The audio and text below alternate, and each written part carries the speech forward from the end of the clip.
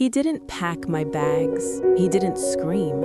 He just called my dad and said, "Come take your deadweight away." Before starting the story, please subscribe and like the video and listen through end for chill. I didn't refuse to leave because I was stubborn. I refused to leave because, until that moment, I still believed the house was partly mine. Not legally, not anymore, but emotionally, bone deep emotionally, I believed the walls still knew my name. The divorce papers had been signed 3 weeks earlier. Clean, efficient. No yelling in court, no dramatic scenes. Just two adults sitting across from one another, pretending they were reasonable while something old and living between them suffocated quietly. He got the house, I got my car, my clothes, and a single line in the agreement that said I had 30 days to relocate. 30 days sounded generous on paper.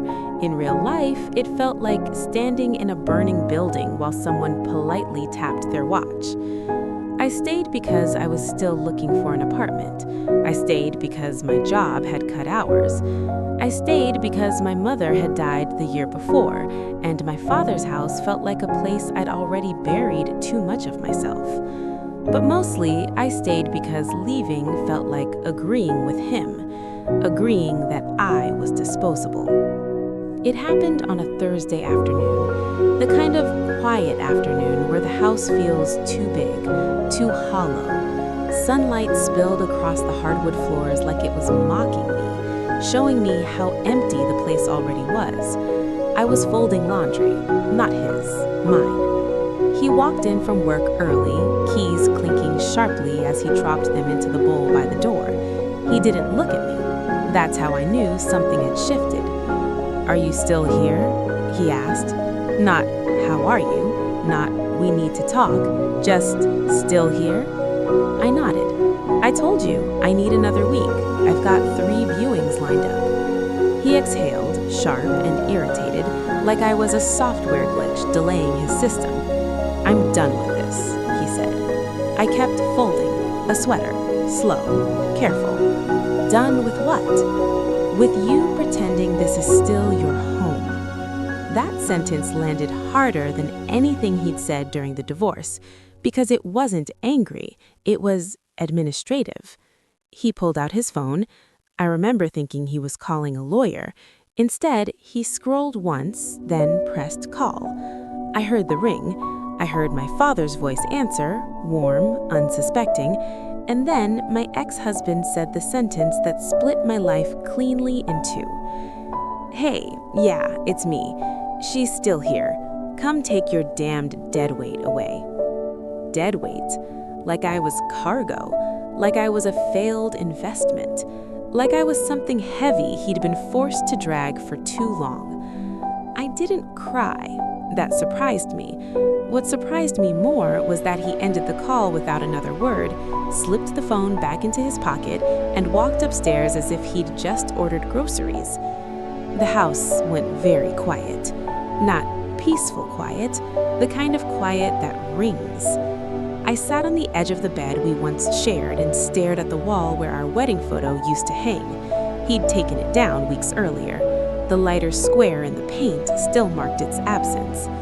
I wondered how long he'd been thinking of me that way. Deadweight. Was it recent? Or had he always seen me as something to be carried until I became inconvenient? When my father's car pulled into the driveway an hour later, my stomach folded in on itself. I hadn't told him anything. He'd come because he was summoned, because another man had decided I was no longer worth housing. That's the part people expect drama from. They imagine shouting, threats, a father standing chest to chest with the man who hurt his daughter. None of that happened. My father walked in slowly, took off his shoes, looked around the house once, really looked. Then he looked at me. His eyes didn't ask questions. They assessed damage. "Get your things," he said quietly. I hesitated. "Dad."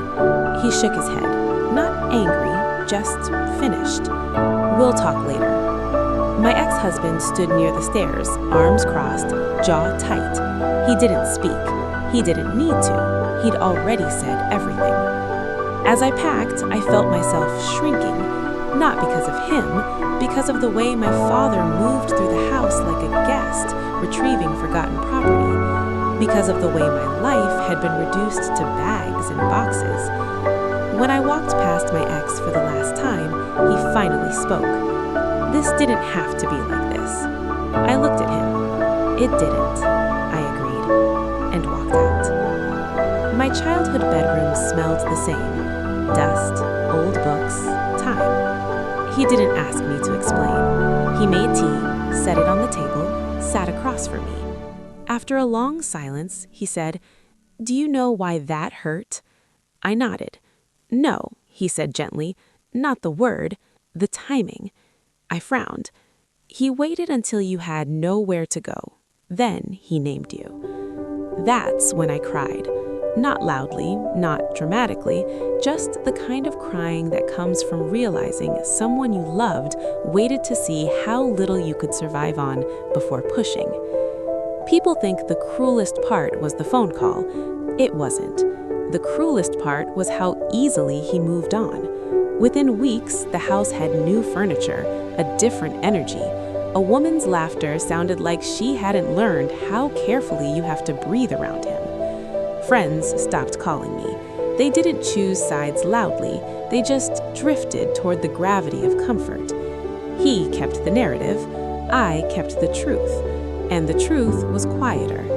He never apologized, he never reached out, he never acknowledged the way he erased me. Being called Deadweight didn't destroy me. Believing it for a moment almost did. But living in my father's house again, watching him repair small things without announcing usefulness, noticing how he never made me feel like a burden, slowly rewired something broken in me. Worth isn't measured by how useful you are to someone who's done with you. Love that turns administrative never was love. And dignity sometimes looks like leaving without demanding closure. Months later, I heard through someone else that his new relationship hadn't worked out. They said she'd left suddenly. No explanation, no fight, just gone. I didn't feel satisfaction. I felt distance, which I learned is the opposite of pain. I used to think the worst thing my ex did was call my father and ask him to take his deadweight away. Now I understand something colder. He didn't discard me because I was heavy. He discarded me because I had stopped carrying him. And the moment I left, I became lighter than I'd been in years. I didn't raise my voice when he called. That's the part people misunderstand. They think restraint means weakness. They think a father's love has to be loud to be real. But when that man said, "Come take your damned deadweight away," something in me didn't ignite. It settled. And when something settles like that, it doesn't burn out. It hardens. I was fixing a loose hinge on the back door when my phone rang. Unknown numbers usually don't get answered, but something told me to pick up. He didn't say hello properly, didn't ask how I was. He said her name first. That was my warning. Then he said the word deadweight. I remember tightening my grip on the phone, not because I wanted to shout, but because I needed to make sure my voice didn't change. Men like him listen for cracks. They feed on reaction. I gave him none. "I'll be there," I said, and I hung up. I stood there for a moment, hinge still loose, screwdriver in my hand, realizing something important. A man doesn't use a word like that unless he's been thinking about it for a long time. On the drive to their house, I didn't rehearse a speech. I didn't imagine punching him or humiliating him or saying something clever that would make him feel small, because none of that would help her. Parents don't protect their children by escalating the fire. They protect them by ending it. I decided, somewhere between the second red light and the familiar turn on their street, that I wasn't there to confront him, I was there to retrieve my daughter. She was sitting on the edge of the bed when I walked in, not crying. That worried me more than tears ever could. Her shoulders were folded inward, like she was trying to take up less space in a room that had already rejected her. That's when I understood the real damage. Not the divorce, not the insult, but the slow permission she'd been given to feel unwanted. I didn't ask what happened. I didn't need details. I saw enough to know enough. He was standing near the stairs when I walked in, arms crossed, jaw tight, defensive posture, pretending to be authority. Men like that expect confrontation. They expect anger because it justifies what they've done. If I had yelled, he would have walked away thinking, see, this is why. So I didn't give him that. I looked at the house once, then at my daughter, and I said, get your things. That sentence wasn't surrender. It was finality. I wasn't asking permission. I wasn't negotiating time. I was closing a door he no longer had access to. I wanted to tell him that weight is measured by effort, not inconvenience. That the heaviest thing in that house wasn't my daughter, it was his entitlement. That one day, when there was no one left to absorb his frustration, he would finally feel the weight he'd been unloading onto others. But those words wouldn't land. Men like him don't learn from speeches, they learn from absence. So I said nothing, and I took her home. She apologized when we walked in. That's how I knew how deeply this had cut her. People don't apologize for existing unless they've been trained to feel like a burden. I told her to sit. I made tea. I didn't say, you're safe now, because safety isn't a sentence, it's a pattern. I let the house do the talking. Here's something people don't say out loud. Parents see the end of relationships long before their children do. I saw the way she used to check his mood before speaking. I saw the way she softened herself to keep peace. I saw how she laughed smaller over time. I didn't intervene because adults need room to choose their own lessons. But the moment someone names your child as dead weight, the lesson is over. That's no longer growth, that's harm. She lived with me longer than she planned. I didn't count the days. I fixed things around the house quietly, the way fathers do, without announcing usefulness. I let her rebuild without commentary. And slowly, I watched her shoulders come back, her voice steady, her presence expand. That's how you know someone is healing. They stop asking if they're too much. Someone mentioned him months later, said things hadn't worked out, said he'd been blindsided. I didn't respond, because men like him are always blindsided by consequences. They mistake tolerance for permanence. I will never tell my daughter how close I came to saying something unforgivable that day. Not because I regret it, but because she doesn't need to carry the knowledge of how deeply her pain traveled. Parents absorb what children shouldn't have to. That's the job. When he called my daughter dead weight, he thought he was discarding something useless. What he actually did was reveal how he measures value. And any man who measures love by convenience deserves the silence that follows. I didn't lose my temper that day. I lost respect for him. And unlike anger, that never returns. I didn't think the word would matter. That's the truth I don't say out loud. When I said it, it felt efficient, accurate even, a way to end something that had already gone on too long. I wasn't trying to be cruel. I was trying to be done. That's what I tell myself. People imagine moments like that are fueled by rage. They're not. Rage is messy, emotional. What I felt was cleaner than that. Relief. By the time I made that phone call, I had already rewritten the story in my head. In my version, I was patient, reasonable, generous. I'd given her time, space, grace. I ignored the way the house felt heavier when she was around, not because of noise or clutter, but because she reminded me of a version of myself that hadn't won. Divorce is supposed to simplify things. Instead, she stayed, still folding laundry, still existing in rooms that were supposed to feel new again. Every day she remained was proof that I hadn't fully escaped. I wanted the future. She represented the past. So, yes, I called her father. Not because I wanted help, because I wanted authority. People fixate on dead weight. They assume it slipped out. It didn't. I chose it because weight implies burden, and burden implies justification. If she was dead weight, then removing her wasn't cruelty, it was maintenance. That's how I made it make sense. When I said it, I expected resistance, anger, a reaction that would confirm I was right. Instead, there was silence, and something in that silence unsettled me. I stood by the stairs on purpose. It was my house. I wanted that clear. But the moment he walked in, the atmosphere shifted. He didn't scan the room the way guests do. He didn't assess value. He assessed damage. He barely looked at me. That bothered me more than if he'd shouted, because yelling means you still matter. Indifference is something else.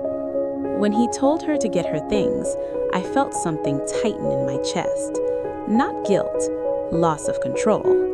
This wasn't how it was supposed to go. The house felt enormous after the door closed. Too clean, too quiet. I told myself this was what I wanted. No more tension, no more waiting. Freedom. I poured a drink, sat on the couch, scrolled my phone. Nothing felt different. That irritated me. Relief is supposed to feel good. I told people what I needed to tell them, that she wouldn't move on, that I'd been patient, that it was time. No one challenged me.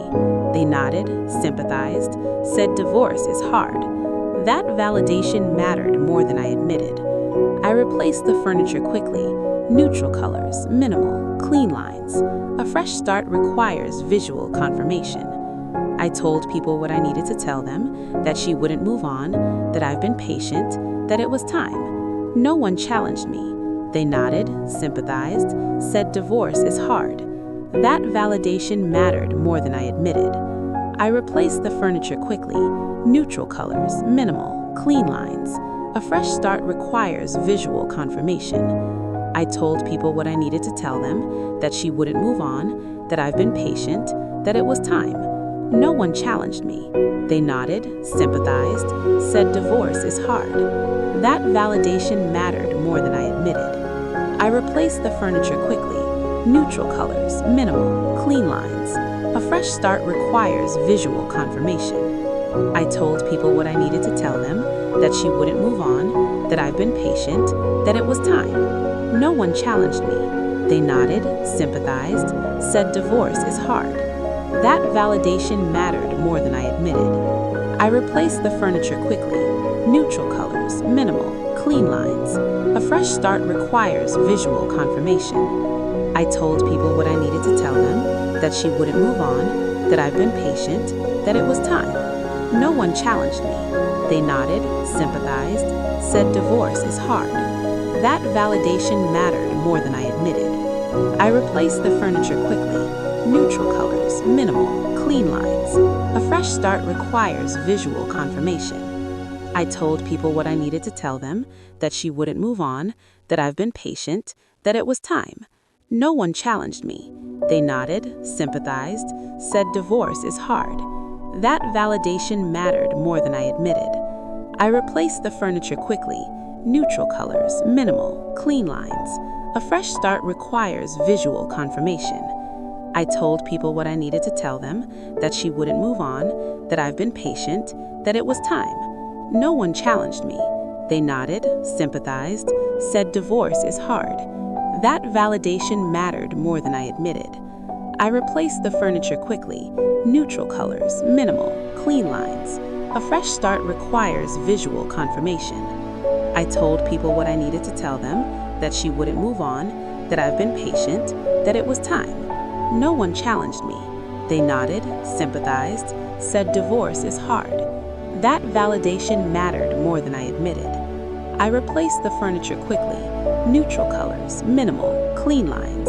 A fresh start requires visual confirmation. I told people what I needed to tell them, that she wouldn't move on, that I've been patient, that it was time. No one challenged me. They nodded, sympathized, said divorce is hard. That validation mattered more than I admitted. I replaced the furniture quickly. Neutral colors, minimal, clean lines. A fresh start requires visual confirmation. I told people what I needed to tell them, that she wouldn't move on, that I've been patient, that it was time. No one challenged me. They nodded, sympathized, said divorce is hard. That validation mattered more than I admitted. I replaced the furniture quickly. Neutral colors, minimal, clean lines. A fresh start requires visual confirmation. I told people what I needed to tell them, that she wouldn't move on, that I've been patient, that it was time. No one challenged me. They nodded, sympathized, said divorce is hard. That validation mattered more than I admitted. I replaced the furniture quickly. Neutral colors, minimal, clean lines. A fresh start requires visual confirmation. I told people what I needed to tell them, that she wouldn't move on, that I've been patient, that it was time. No one challenged me. They nodded, sympathized, said divorce is hard. That validation mattered more than I admitted. I replaced the furniture quickly. Neutral colors, minimal, clean lines. A fresh start requires visual confirmation. I told people what I needed to tell them, that she wouldn't move on, that I've been patient, that it was time. No one challenged me. They nodded, sympathized, said divorce is hard. That validation mattered more than I admitted. I replaced the furniture quickly. Neutral colors, minimal, clean lines. A fresh start requires visual confirmation. I told people what I needed to tell them, that she wouldn't move on, that I've been patient, that it was time. No one challenged me. They nodded, sympathized, said divorce is hard. That validation mattered more than I admitted. I replaced the furniture quickly. Neutral colors, minimal, clean lines. A fresh start requires visual confirmation. I told people what I needed to tell them, that she wouldn't move on, that I'd been patient, that it was time. No one challenged me. They nodded, sympathized, said divorce is hard. That validation mattered more than I admitted. I replaced the furniture quickly. Neutral colors, minimal, clean lines. A fresh start requires visual confirmation. I told people what I needed to tell them, that she wouldn't move on, that I'd been patient, that it was time. No one challenged me. They nodded, sympathized, said divorce is hard. That validation mattered more than I admitted. I replaced the furniture quickly. Neutral colors, minimal, clean lines. A fresh start requires visual confirmation. She came later. Different energy, lighter, less complicated. She laughed easily, didn't ask questions that made me feel examined, at first. But eventually, patterns repeat. Not because of fates, but because people don't change as much as they think. She noticed things. The way I corrected her stories. The way my patience evaporated when I felt misunderstood. The way my generosity always came with terms. She started using words like space. That word annoyed me. One night, during an argument that shouldn't have mattered, she said something small. You don't listen, you manage. I laughed it off, but the sentence stuck. Because management implies hierarchy, and hierarchy only works if someone stays beneath you. She didn't fight. That was the pattern I hadn't expected. She packed while I was at work. No notes, no speech, just absence. I stood in the living room afterward, noticing how quiet it was, how familiar that quiet felt. That's when something uncomfortable surfaced, a thought I didn't want. This had happened before. I remembered my ex-wife sitting on the edge of the bed, shoulders folded inward, silent. At the time, I'd interpreted that silence as manipulation, as weakness. Now I wasn't so sure. What if it had been resignation? What if she hadn't been heavy? What if I had been? Deadweight. It echoed now, detached from its original target. I tried to apply it elsewhere, to work stress, to relationships, to bad timing. But it didn't stick, because weight isn't something you assign forever. Eventually, it settles where it belongs. I replay the phone call sometimes. Not the moment I said the word, but the moments after. The silence. That was when something irreversible began. Not for her, for me.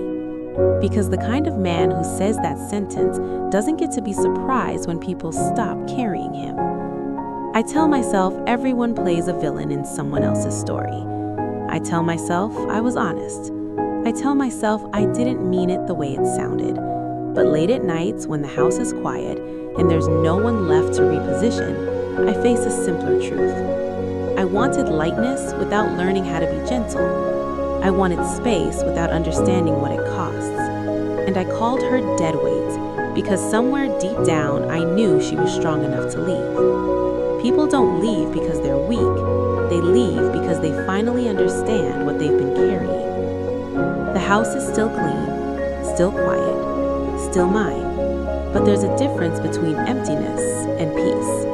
And I know now which one I have. Time did what it always does. It passed. She lives in a smaller place now. Not temporary, intentional. The walls are bare except for what she chose. Nothing inherited, nothing negotiated. She doesn't explain herself much anymore. When people ask about her past, she gives dates. No adjectives. Marriage, divorce, move. That's it. She learned that clarity is not unkind. It's efficient. Her father's house is still there. He is older now, still quiet. They talk less about what happened and more about weather, repairs, groceries. That is how healing shows itself sometimes, by refusing to revisit what no longer has authority. He still owns the house. The market rose, so did its value. Inside, the rooms are unchanged. He replaced partners, not habits. People describe him as private, focused, hard to read. He considers this control. At nights, he sometimes notices the silence is heavier than before. He does not name it. Naming things makes them real. There is no dramatic reunion, no apology, no message typed and erased. Their lives do not intersect again. That is not tragedy. That is resolution. The word deadweight does not appear again. Not because it was forgiven, but because it is no longer useful. It did what it was meant to do. It separated. Years later, nothing explodes. Nothing is redeemed. No one wins loudly. One person learned how to leave without collapsing. Another learned that control doesn't prevent loneliness. It organizes it. And time, indifferent and precise, kept the rest. If that story gave you chills, drop a like, subscribe, and comment so I know you made it to the end. I've got another one. See you then.